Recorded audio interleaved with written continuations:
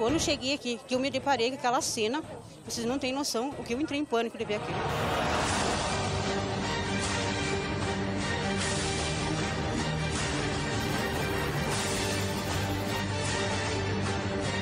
Uma ocorrência complicada de ser atendida, né? Ainda mais para quem é pai, fica ruim de chegar lá e ver um monte de criança no chão.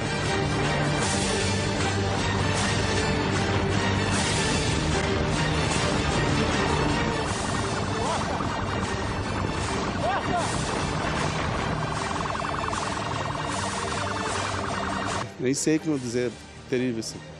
Nem sei a gente explicar, mas foi um susto que é muito grande.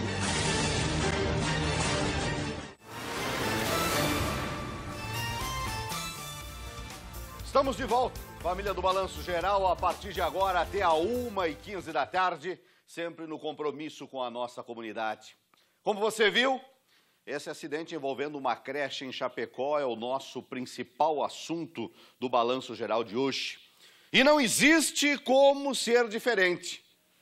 Desde as 4h30, 4h35 da tarde de ontem, esta é a notícia, esse é o fato que tomou conta do bairro EFAP, da cidade de Chapecó, do estado de Santa Catarina, da região sul do Brasil e se tornou destaque em nível nacional também.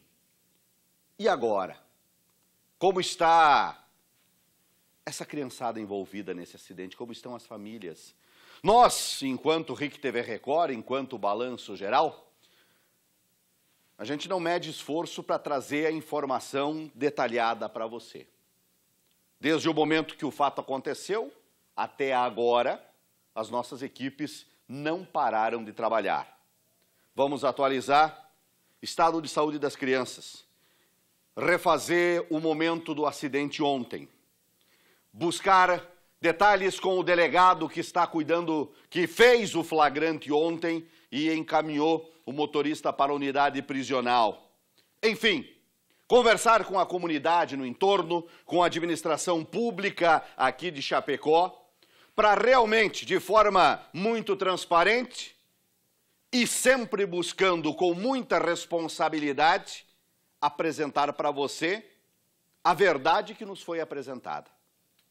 O que as nossas equipes conseguiram colher nas ruas e com os órgãos envolvidos, para você aí na sua casa receber tudo com, digo mais uma vez, com muita responsabilidade. A nossa função é informar. A nossa função não é fazer julgamento ou promover discursos de ódio, de raiva, de ira.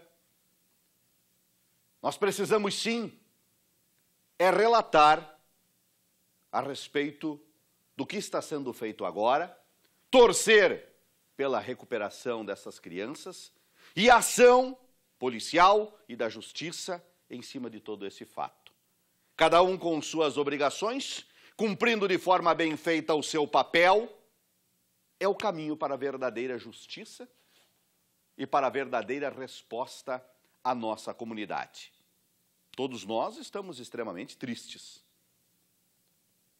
com toda essa situação. E é um alerta que serve eu, você, Chapecó, região que nos acompanha o Balanço Geral aqui, porque todos nós assumimos a direção de um veículo. E precisamos estar sempre muito cientes do nosso papel, como cidadão, como motorista, como pai de família, como profissional. Porque toda a nossa ação vai resultar numa reação. Toda a nossa ação resulta em responsabilização. Quando a nossa ação é de sucesso, é de coisa boa, salva de palmas. Quando a nossa ação é errada, existe toda uma legislação que vai apontar aonde a gente errou e mostrar as penalidades. E precisamos ter sempre a ciência a respeito disso. Nós é que somos quem vai mostrar o futuro da nossa vida. Não é o outro, é a minha ação. E foi pensando nas nossas atitudes, na nossa responsabilidade, inclusive que foi lançada ontem em Chapecó. No momento em que esse acidente acontecia no bairro EFAP, eu falo isso, chega a me arrepiar. No momento que esse fato acontecia no bairro EFAP, que essa caminhonete invadiu uma creche, eu estava fazendo um protocolo em uma escola aqui de Chapecó, num salão, num ginásio cheio de crianças. Cheio de crianças. Com a presença de autoridades, de veículos de imprensa, rádio, TV e jornal, com o presidente, o seu Marcelo Correia Petrelli, presidente da CAERT, e também presidente aqui da RIC TV, mas aí ele representava a CAERT, com o governador do estado, o secretário de Educação, secretário também para assuntos aí em torno da Secretaria de Educação, o prefeito Luciano Bolegon, vereadores, demais entidades, de todos os ramos da nossa sociedade, para quê? Para esse cartão verde aparecer. O nosso jeito catarinense de fazer o certo. Uma campanha extremamente importante que foi lançada na tarde de ontem.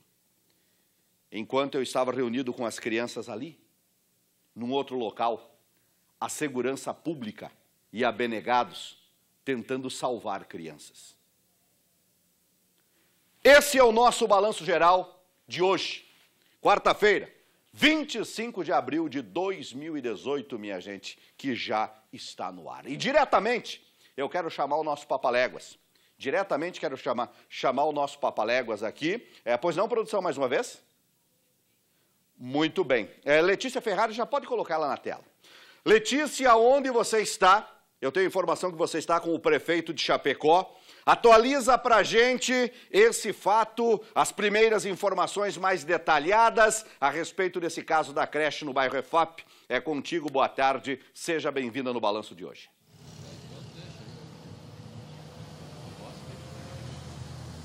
Olá, Eduardo, obrigada, muito boa tarde para você e a todos que nos acompanham. Então, nós estamos aqui bem em frente à creche onde o acidente aconteceu e, como você disse, ao meu lado está o prefeito de Chapecó, Luciano Bolegon. Então, prefeito, gostaria que o senhor contasse, para a gente, para todo mundo que nos assiste, quais são os próximos passos agora, como vai ser feita essa retomada, não é? Muito boa tarde para o senhor.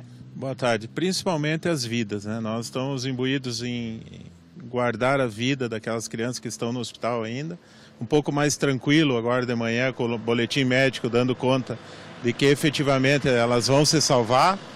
Esse era o nosso primeiro objetivo. Agora, reunidos depois do boletim médico, me reuni aqui com a comunidade escolar, eles definiram para que a gente possa fazer dentro do próprio espaço, diminuir o espaço de uso comum e fazermos um paliativo até que a gente possa construir ao lado da escola uma estrutura provisória, E eu acatei junto com a comunidade escolar. O importante é que as pessoas se estabilizem emocionalmente, isso é um trauma, todos nós estamos traumatizados, todos nós estamos lamentando muito, Mas hoje um pouco mais tranquilo porque as vidas foram preservadas. Isso sim não tem jeito, Então as vidas estão preservadas, agora a estrutura física o mais rápido possível.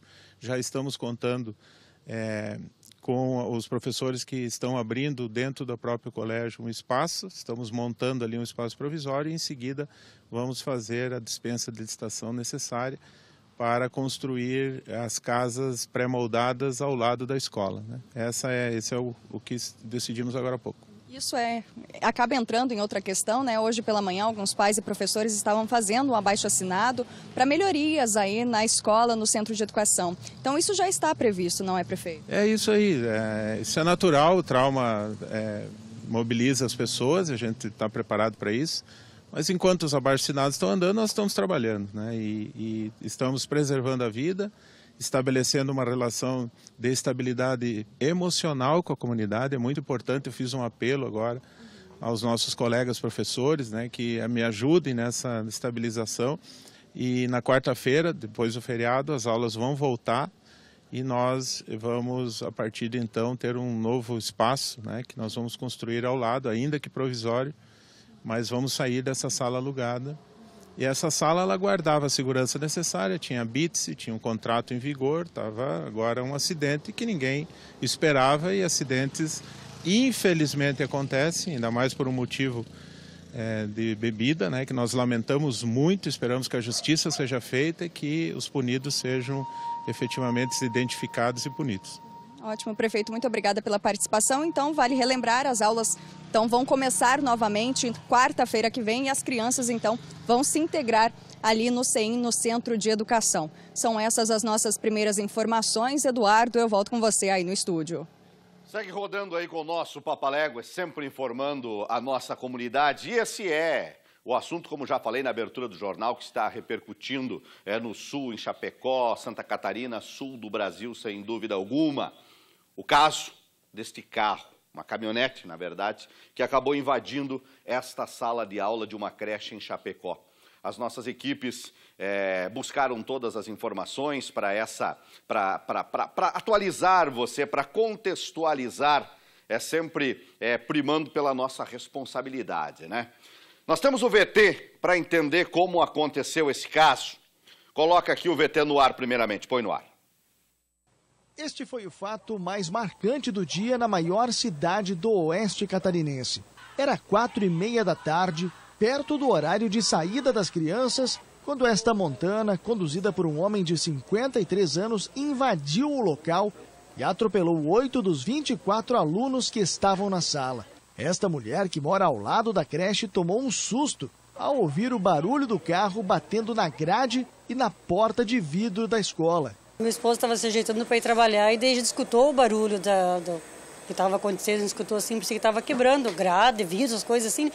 Daí a gente saiu para fora e foi ver, daí a gente viu os pais ali, estavam gritando, chorando ali, que daí a gente olhou ali e viu as crianças lá caídas, tudo sujo de sangue, machucado lá dentro. Até a chegada do socorro, foi a população que se mobilizou para prestar os primeiros atendimentos às vítimas. Dos feridos, 2 com menor gravidade foram levados até a UPA do bairro EFAP. Os demais permaneceram aguardando os bombeiros e o SAMU. Enquanto isso, pais, funcionários e moradores próximos tentavam entender o que aconteceu. Quando eu cheguei aqui, que eu me deparei com aquela cena, vocês não têm noção o que eu entrei em pânico de ver aquilo. Aquelas crianças todas machucadas, agonizando ali no meio daquele sangue. Coisa muito triste, que eu acho que nunca mais na minha vida eu quero ver o que eu vi hoje. Este senhor, que mora a poucos metros do CEIM, foi quem puxou o carro para salvar algumas das crianças que ficaram presas entre mesas, móveis e brinquedos. Estava ali, escutei o barulho, desci aqui e daí vi que o carro estava ali dentro, as crianças tudo chorando, ali gritando. Eu ajudei a remover o carro e socorrer as vítimas. Estavam prensadas na parede, nós puxamos o cara para trás e tirei era duas meninas que estavam imprensadas. O caso foi levado à Polícia Civil, que deve abrir um inquérito para apurar as responsabilidades sobre o acidente. O fato gerou grande repercussão na comunidade. E com isso, os vizinhos, as pessoas que passavam pelo local, a Polícia Militar, unidades do Corpo de Bombeiros, o SAMU, o Serviço Aeropolicial, o SAER, todo mundo tentou trabalhar da forma mais rápida e com a maior excelência possível. Afinal de contas, a intenção era realmente garantir a vida. Era garantir a vida naquele momento, e a gente tem a matéria. O fato mobilizou populares que estavam nas proximidades da creche. Muitas pessoas prestaram socorro, ainda antes das unidades de atendimento chegar. Chegamos aqui e começamos a socorrer as vítimas, as crianças. Tirar debaixo do carro, né, e põemos aqui na calçada. E daí uma menininha, até eu peguei no colo, nós ia correr para levar para o hospital. E naquilo, no momento, o SAMU ia chegando, a gente voltou dentro do carro.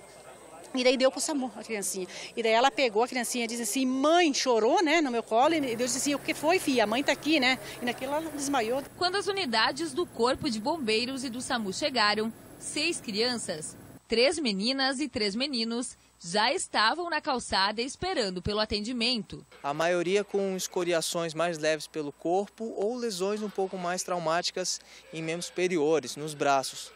2 apresentavam lesão de cabeça um pouco mais grave, uma delas foi encaminhada já pelo helicóptero para o materno-infantil. A Polícia Militar também auxiliou no local do acidente e conduziu o motorista responsável pelo atropelamento para a delegacia. condutor do veículo aí estava embriagado. O mesmo foi detido no local, logo após foi feito o teste de bafômetro, que confirmou que o mesmo estava aí sob efeito de provavelmente álcool. O mesmo já foi retirado de pronto aí do local, com o intuito de preservar inclusive a integridade física do mesmo, porque provavelmente ia gerar uma comoção pessoal ali, até pela gravidade dos fatos. O atendimento envolveu várias equipes de socorro e emocionou até mesmo eles, que já estão acostumados com acidentes graves. Uma ocorrência complicada de ser atendida, ainda mais para quem é pai, fica ruim de chegar lá e ver um monte de criança no chão. Das ocorrências que eu atendi até hoje, é uma das mais difíceis que eu já atendi. Por mais preparo que você tenha, quando você vê a criança ela é indefesa, Eu digo sempre, a gente tem que preservar o máximo a integridade da criança se a gente quer um nosso mundo diferente, um nosso Brasil diferente. E não adianta, você vê a criança ali pedindo socorro, vê a criança desesperada, o adulto se desespera, até mesmo o profissional da segurança pública. Quem também atuou, você viu inclusive ali começando o voo do socorro, foi o SAER, o Serviço Aeromédico aqui, o SAER de Chapecó, profissionais da Polícia Civil com profissionais do SAMU. E esse tempo-resposta, ele foi extremamente importante para garantir o menor risco para estas crianças. Hoje pela manhã, a nossa equipe conversou com os profissionais que estiveram no local fazendo esse atendimento. Coloca aqui. Na ocorrência de ontem da creche, muitas pessoas tiveram papéis fundamentais para que as crianças fossem salvas, como é o caso da equipe do SAER From. Depois de acionado, em 5 minutos, o helicóptero já estava no local. Mas o piloto contou que é muito difícil pousar no bairro EFAP. É um local com ruas estreitas, bastante fios, muito obstáculo. Como a gente diz na aviação, é uma área bem restrita. Para o piloto, que está na aviação há pouco mais de 3 anos, este foi o pouso mais difícil. O aglomerado complicou ainda mais a situação. Mas no fim, tudo deu certo. Conseguimos visualizar um pequeno espaço próximo ao acidente para desembarcar a equipe médica, que não foi fácil, também muito fio, um local muito restrito. A equipe médica desembarcou, decolamos e fomos procurar um local mais calmo, avaliar o local para ver se conseguíamos pousar. A gente ficou, acredito, em torno de 1 metro, meio metro de um poste de fiação. Conseguimos pousar com segurança, isso que é o mais importante. E aí, quem entrou em ação foi a equipe médica. Eles ficaram com um dos casos mais graves. Uma criança de 5 anos com suspeita de traumatismo craniano. Essa criança estava com traumatismo craniano, várias fraturas, suspeitas de fraturas, então a gente precisou imobilizar, seguir todo um protocolo antes da transferência. Ela foi levada ao Hospital da Criança e depois transferida ao Hospital Regional do Oeste. E apesar das circunstâncias, a satisfação de mais um trabalho realizado. É um trabalho realizado, assim, é bem difícil quando se envolve criança, é difícil dar aquele nó na garganta, mas graças a Deus, em saber que as crianças estão bem, é um alívio. Parabéns a todos que estavam nessa aeronave, principalmente ao piloto, pela perícia, pela excelência do pouso e da decolagem, num local extremamente perigoso. Extremamente pequena a estrutura de espaço para fazer esse pouso, essa decolagem, e fez com extremo sucesso, extrema perícia, mais um serviço de excelência. Essas crianças feridas foram encaminhadas para o Hospital Materno-Infantil, 2 precisaram ser transferidas para o Hospital Regional. Coloca a matéria no ar. As vítimas chegaram ao hospital por volta das 5 da tarde. Das 6 crianças, 2 tiveram ferimentos mais graves. Uma delas com traumatismo craniano e precisaram ser transferidas para o Hospital Regional do Oeste.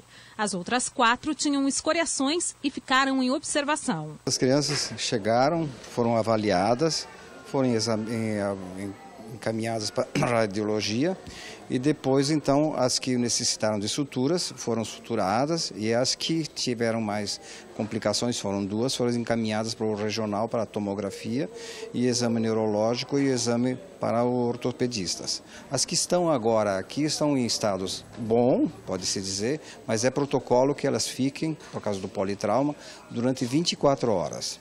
Dirceu é pai de uma das meninas feridas. Ele estava em Palmitos quando soube do acidente. Meu Deus do céu, susto. Eu liguei para minha esposa daí, porque ela estava longe, já em Palmitos. Daí a minha esposa, ela veio ali e ajudou até a socorrer as crianças na rua lá. Mas nem sei como dizer, terrível assim.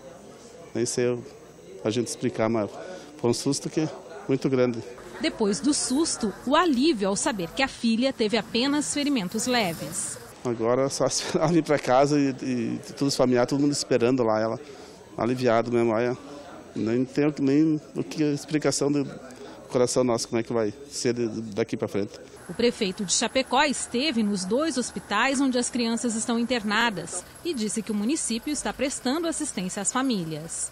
Tudo que puder ser feito vai ser feito para que a gente possa cuidar da saúde, da vida das crianças e também dos pais e das mães. Ouvindo esse pai, a gente tenta imaginar você sair da sua casa para um dia de trabalho. Afinal de contas, essa é a rotina do trabalhador, essa é a rotina da trabalhadora, essa é a rotina da família brasileira, né? Os pais não deixam a criança em uma creche por querer. Essa criança vai para a creche por necessidade. Não tem com quem ficar em casa. E lá na creche, os profissionais fazem o que podem para poder atender bem essa criança. A gente sabe disso, sabe do esforço de todas as professoras, de todos os professores, as tias das creches, o quanto se desdobram para fazer o melhor. E aí você está no seu ambiente de trabalho, naquela exigência do dia a dia, naquela cobrança, naquela correria, e de repente recebe uma notícia, olha, vem para o hospital, porque o teu filho, a tua filha, está hospitalizada. Mas olha, está hospitalizada de que maneira? De que jeito? Eu deixei hoje de manhã na creche e vim para o trabalho. Ela está na creche. Mas foi justamente isso que aconteceu. O sujeito estava bêbado ao volante e uma caminhonete invadiu essa creche. Se coloca no lugar desse pai e dessa mãe. Na sequência do avô, da avó, dos irmãozinhos, do tio, da tia. Um fato complicado, um fato delicado, ele envolve muitas pessoas. E por isso gera tamanha comoção e tamanha revolta, e também não é por menos da comunidade essa revolta. Tem que deixar essa chance da comunidade também se revoltar. Ela tem o direito de se revoltar. Para você ter uma ideia como é que está a situação, foram as crianças, então, 4 levadas para o Hospital da Criança, 2 levadas para o Hospital Regional. Muitas informações ontem, no final da tarde, começo da noite, se enrolaram. Inclusive, gente com informação, não, porque tem criança morta, não tem. Tem que tomar cuidado com o WhatsApp, com o Facebook, com o Instagram. A rede social é algo muito bom, mas se usado na violenta emoção também faz coisa errada. E teve gente que se desesperou ontem com uma avalanche de informações que não eram verdadeiras. E por isso, eu quero ir ao nosso mochilinho, que é o Letícia Ferrari. Atualiza o que tem de concreto a respeito do que foi liberado pelos profissionais de saúde, pelos médicos, o que tem de concreto até agora dos casos que o pessoal passou para a gente. É contigo, Letícia.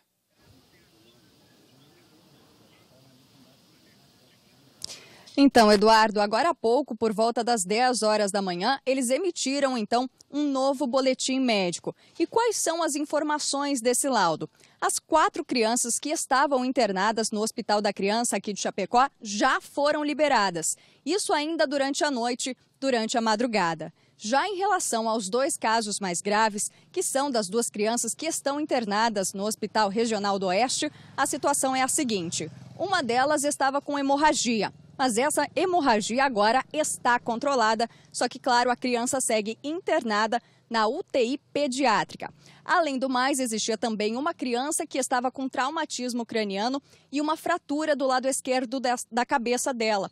E essa criança está estável, inclusive conversa já com os médicos e com os familiares. Então, nos dois casos, a evolução é bem positiva, isso, claro, de acordo com os médicos. Por enquanto, são essas as informações que a gente tem. Eu volto com você.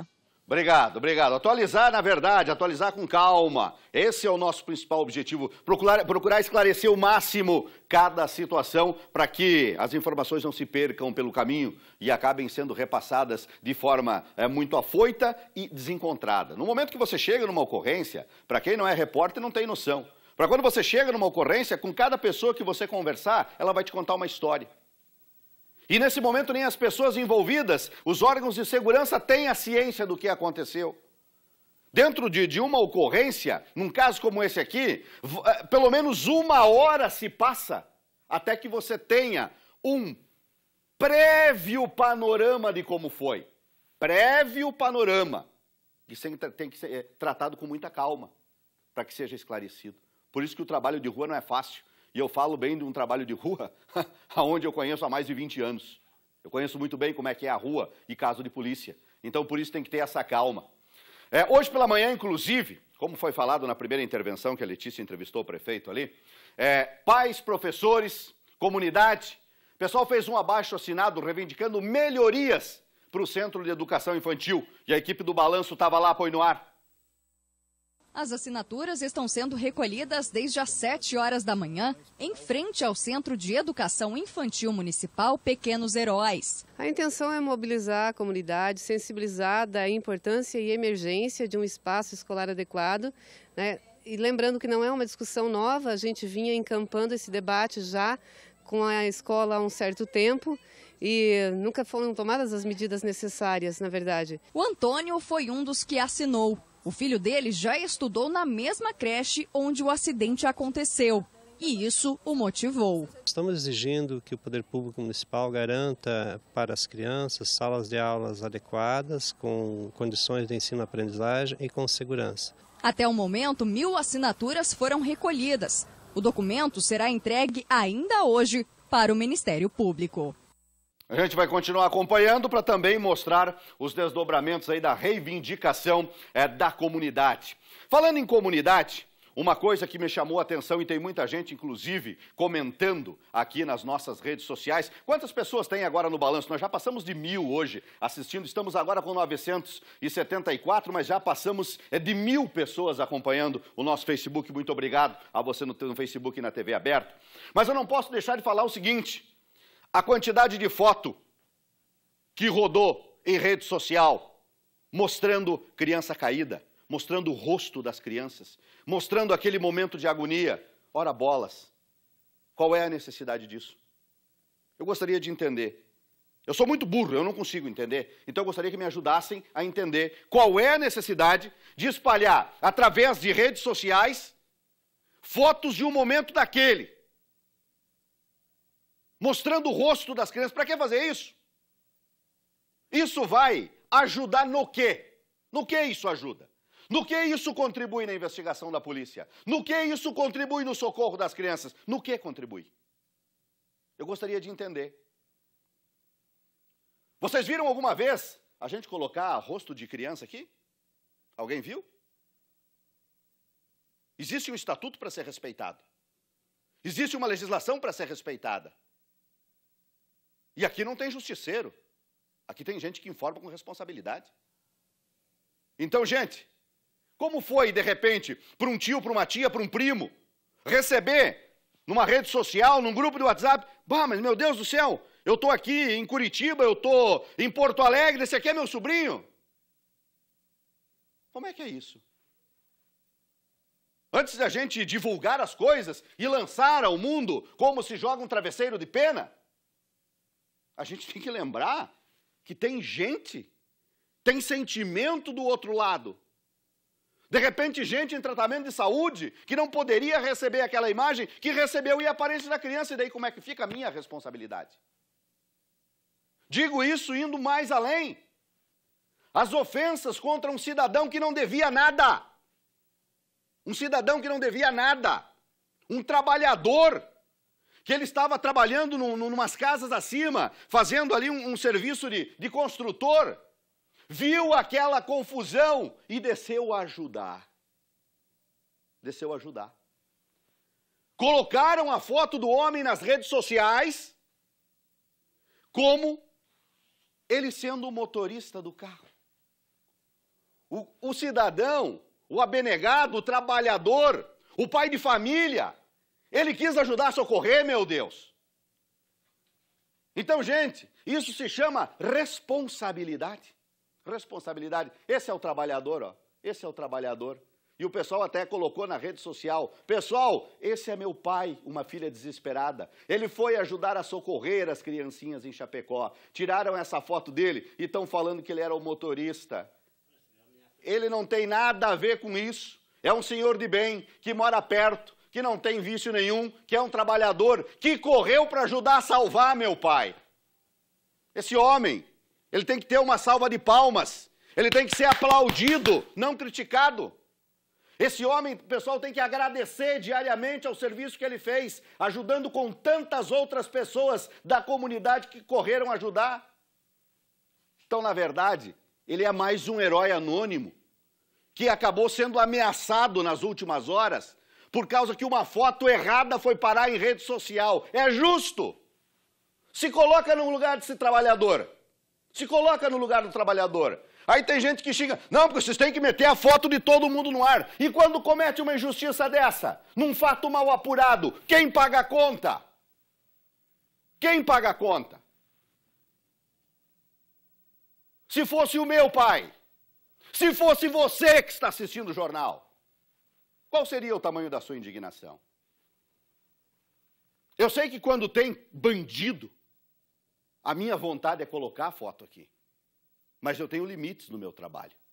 E eu tenho que respeitar os limites que eu tenho a cumprir. Porque eu também sou um profissional que tenho N situações para responder. Então, gente, vamos tomar cuidado com rede social. Pelo amor de Deus, vamos tomar cuidado com rede social. Foto, imagem, informação, nome de pessoa, detalhes, tome muito cuidado. Tome muito cuidado. E vale lembrar, para tudo existe uma legislação. Depois, quando o bicho pega, aí vai explicar lá no fórum que não sabia. É o recado que a gente dá, é a forma de ajudar a ilustrar para evitar menos transtorno como esse que a gente viu. Hoje pela manhã, eu e Jair Correia fomos conversar com o delegado responsável pelo flagrante desta ocorrência. O delegado explica o que o motorista falou no depoimento e outros encaminhamentos que ele deu durante o flagrante. Coloca o delegado Mioto no ar. Diante da gravidade do fato, da repercussão toda, a gente opta por esse momento não divulgar o nome do autor, até mesmo para garantir a sua segurança e dos seus familiares, tendo que já tem algumas fake news aí rodando na internet de uma outra pessoa que estão acusando desse delito, que na verdade não é essa pessoa, né?